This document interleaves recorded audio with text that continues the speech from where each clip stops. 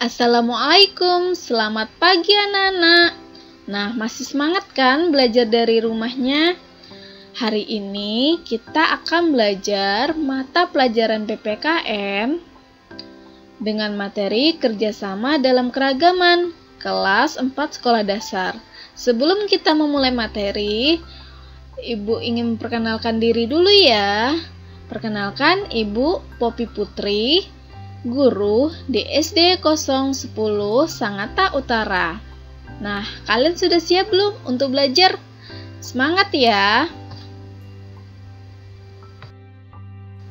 Di materi kerjasama dalam keragaman, kita akan membahas yang pertama, pengertian, bentuk-bentuk kerjasama, dan tujuan dan manfaat kerjasama. Sebelum kita memulai membahas pengertian kerjasama dalam keragaman, kita bahas dulu ya pengertian dari kerjasama. Kerjasama adalah sebuah kegiatan yang dilakukan oleh beberapa orang untuk mencapai tujuan tertentu. Sedangkan keragaman adalah sebuah keadaan yang menunjukkan perbedaan. Perbedaan yang dimaksud di sini adalah perbedaan suku, agama, sosial, dan budaya. Jadi, pengertian dari kerjasama dalam keragaman adalah kegiatan yang dilakukan oleh beberapa orang dengan tujuan tertentu dalam perbedaan.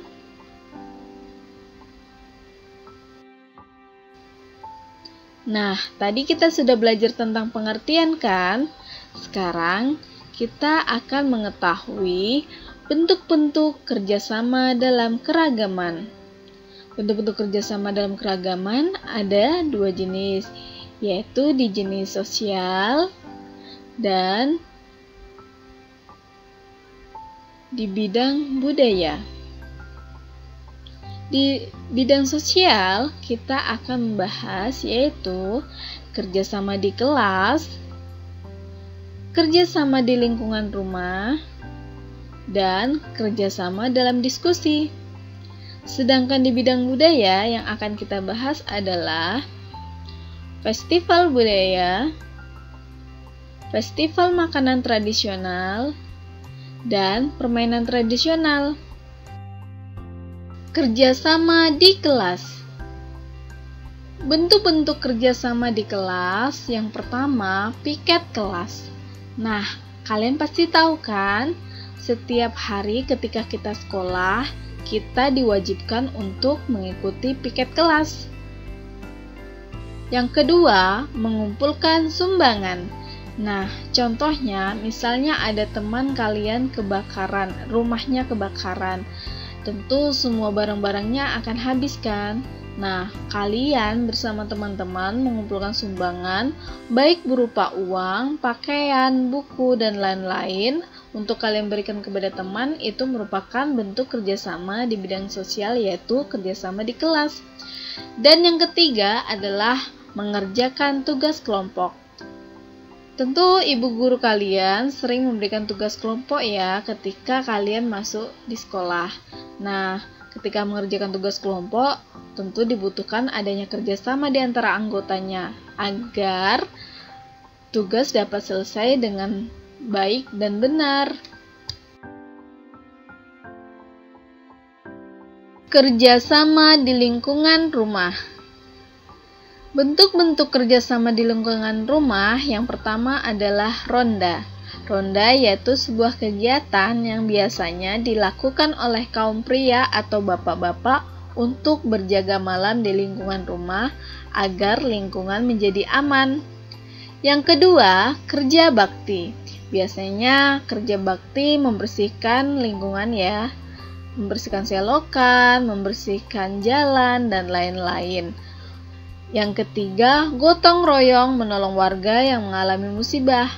Misalnya, ketika ada warga keluarganya meninggal, maka masyarakat akan bergotong royong menolong warga tersebut dalam pengurusan jenazah.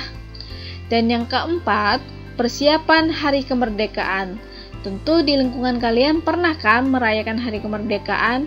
Nah, dalam merayakan kemerdekaan tersebut tentu dibutuhkan kerjasama di antara warga-warganya sehingga perayaan tersebut dapat berjalan lancar. Kerjasama dalam diskusi. Diskusi merupakan pertemuan beberapa orang untuk bertukar pendapat mengenai suatu hal. Kerjasama dalam diskusi yaitu dengan menghormati pendapat orang lain. Berikut manfaat saling menghormati pendapat. Yang pertama, terciptanya kerukunan dan kebersamaan. Kedua, menambah pengetahuan. Ketiga, permasalahan lebih mudah diselesaikan.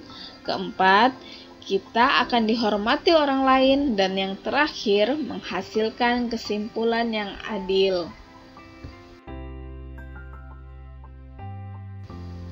Festival Budaya.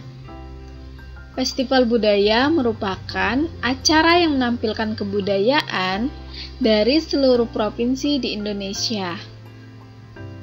Masyarakat dari beragam suku bekerja sama menampilkan kebudayaan yang dimilikinya. Misalnya, festival budaya saat Hari Kartini. Masing-masing siswa menggunakan baju adat daerah masing-masing.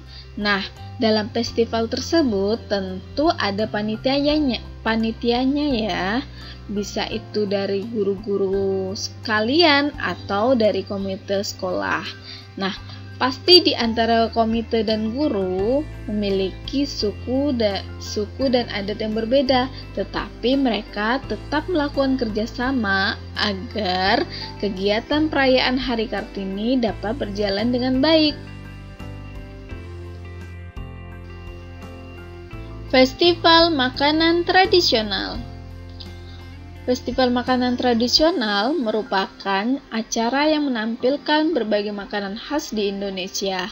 Para penjualnya bekerja sama untuk menyajikan berbagai makanan khas dari daerahnya masing-masing. Contohnya acara Expo saat ulang tahun Kutim. Nah, di sana banyak pedagang menjual berbagai jenis makanan tradisional. Ada kerak telur, coto, rawon, gado-gado, bakso, dan lain-lain. Tentu makanan tersebut dari berbagai daerah ya. Nah, dalam hal tersebut adanya kerjasama dari para pedagang untuk menjual berbagai macam makanan khas daerah mereka masing-masing. Permainan tradisional. Indonesia kaya akan keragaman permainan tradisional. Permainan tradisional ada yang dimainkan perorangan dan ada juga yang berkelompok. Permainan tradisional secara berkelompok mengharuskan anggota kelompoknya untuk bekerja sama agar dapat memenangkan permainan. Contoh permainan tradisional yang berkelompok yaitu ular naga dan bentengan. Kalian pernah mainkan tidak? Manfaat melakukan permainan tradisional. Tentu permainan tradisional memiliki banyak manfaat ya. Yang pertama, melestarikan budaya bangsa Indonesia. Kedua, berolahraga sambil bermain. Ketiga, melatih kesabaran. Keempat, melatih kerjasama anggota. Dan terakhir, belajar bersikap sportif. Karena ketika kalian bermain tradisional, maka pasti ada yang kalah dan menang. Kalian yang kalah harus lapang dada menerima, sedangkan yang menang tidak boleh sombong ya. Tujuan dan manfaat kerjasama. Tujuan kerjasama, yang pertama, pekerjaan akan cepat selesai. Yang kedua, mencapai kesepakatan bersama.